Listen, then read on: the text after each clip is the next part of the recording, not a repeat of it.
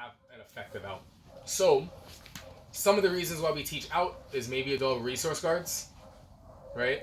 And when he's resource guarding, he's going after, like, when you come to step next to his food, or maybe the dog's territorial or whatever.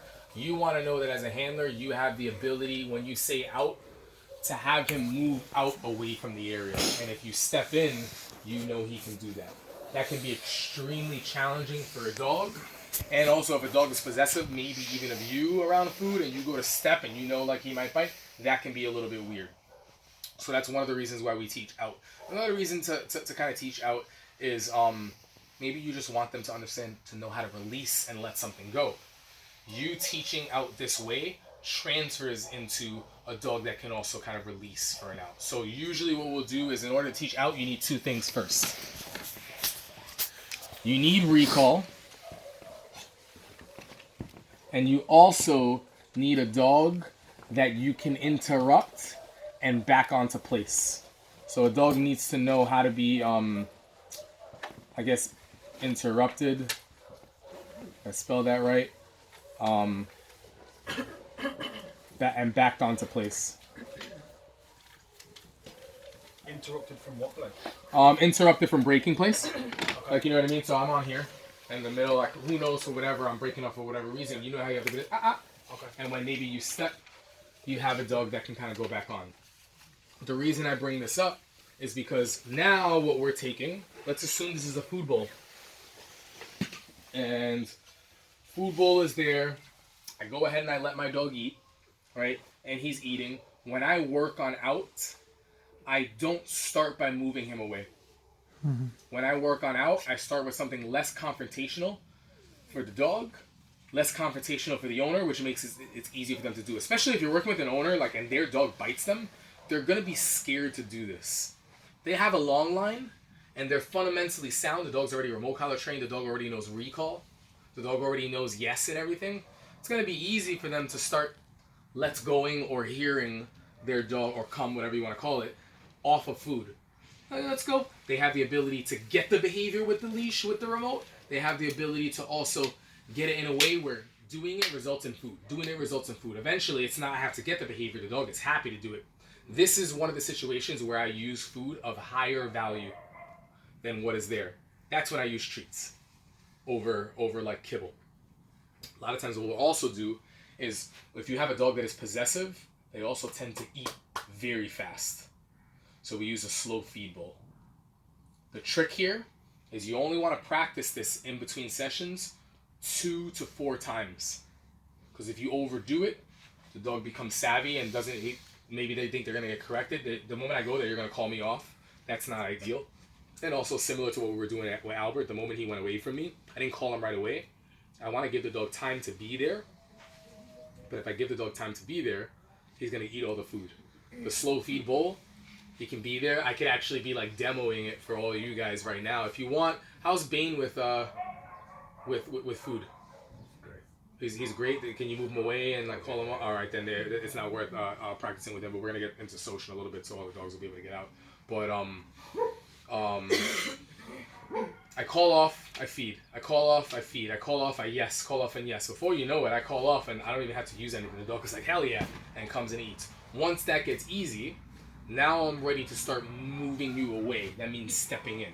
But stepping in is far more challenging. That's like an inmate guarding their cornbread. That can be scary. Before I step or I move to that step, I make sure that I have a dog that knows how to be interrupted and backed onto place. Maybe away from food. They're breaking? Nope. Maybe a little leash to go on? Nope. A little leash before you know it? Nope. I step and the dog's kind of going back on.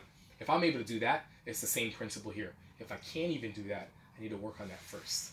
You see, so that's why like the fundamentals of like teaching place and teaching nope and all that stuff is important, because now it applies to this. That's why the fundamentals of teaching recall, teaching let's go is important, because it applies, I need that for this. So you're always going to need these things in order to problem solve with everything else, right?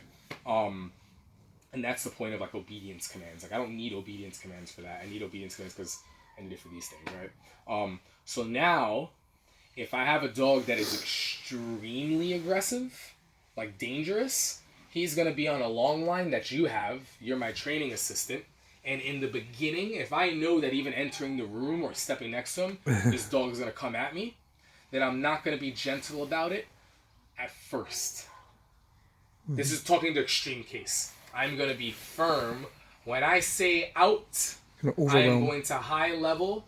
You are probably maybe at least going to hold him, or you're going to pop off with me. I'll have a leash as well. And out, remote, boom, and he might even...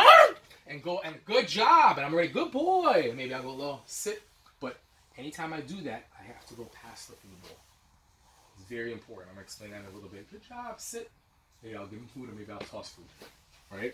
You might have to do that 2 times, maybe 3 times, but eventually what you will see is a dog that you can either be softer with, or you don't have to do anything with. Because then what will happen is you'll have a more of a fear response or an avoidance response, which is not ideal long term, but is actually a good step in the process for now. So now all of a sudden I'm outing and the dog is and kind of moving. I'm not going to be firm with that dog. It's better. Good job, buddy. And I give him food, and maybe I use the lower level. Maybe you use a leash and I use a leash much more softly. Very good. And I give him the food, and you get a dog that starts thinking. Just like everything else, he's already living a life where his choices matter. I can control what you do after you say out.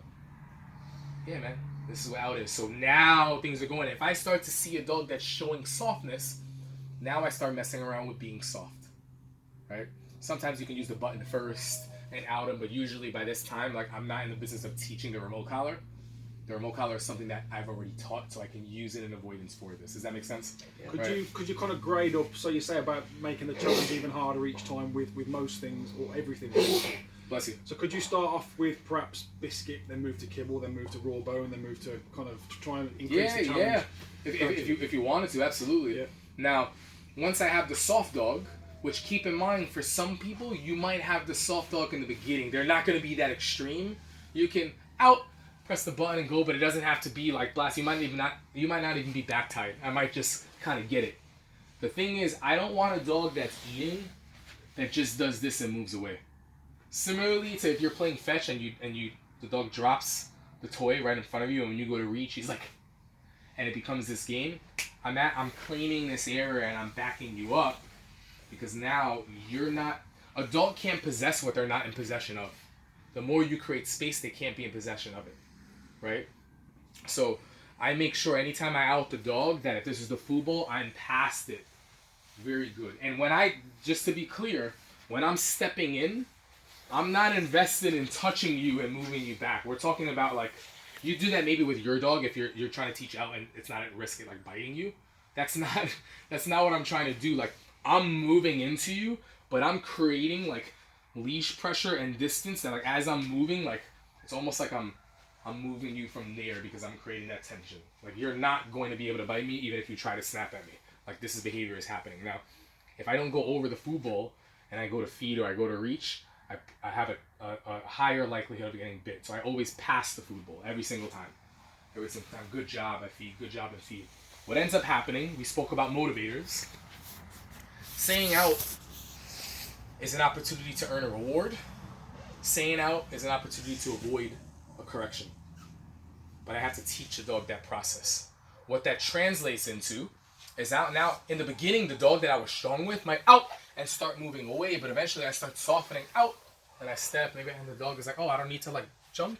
They start moving. Good job. Down the road, I can literally like be sitting in my chair and I say out, and you'll get a dog that will be here, and now he knows it's an opportunity to earn, so he's happy to do it. But it didn't start with getting him happy. It like showed him, but I also made sure you weren't able to be a jerk, right? I say out, I could be sitting down and the dog will, and you'll see like the tail wagging. Good job, but actually create space. Good. Place. Bing. Good. And you can control everything, but it's all about the communication, right? And now I've worked with a client, because at the very least, maybe they don't want to go through this, you can still get your dog off of things because you can call them. At the very least, you can move them away. And the reason I use food is because if you use an object like a bone or a toy to teach it, they can take it and they can move away. With food, you will lose every time. You can take an extra bite, but there's still kibble there, so I'm always winning. according to the dog, I'm always actually winning that battle, right? Eventually, you can work with a bone, but that comes later. You have to have the psychological like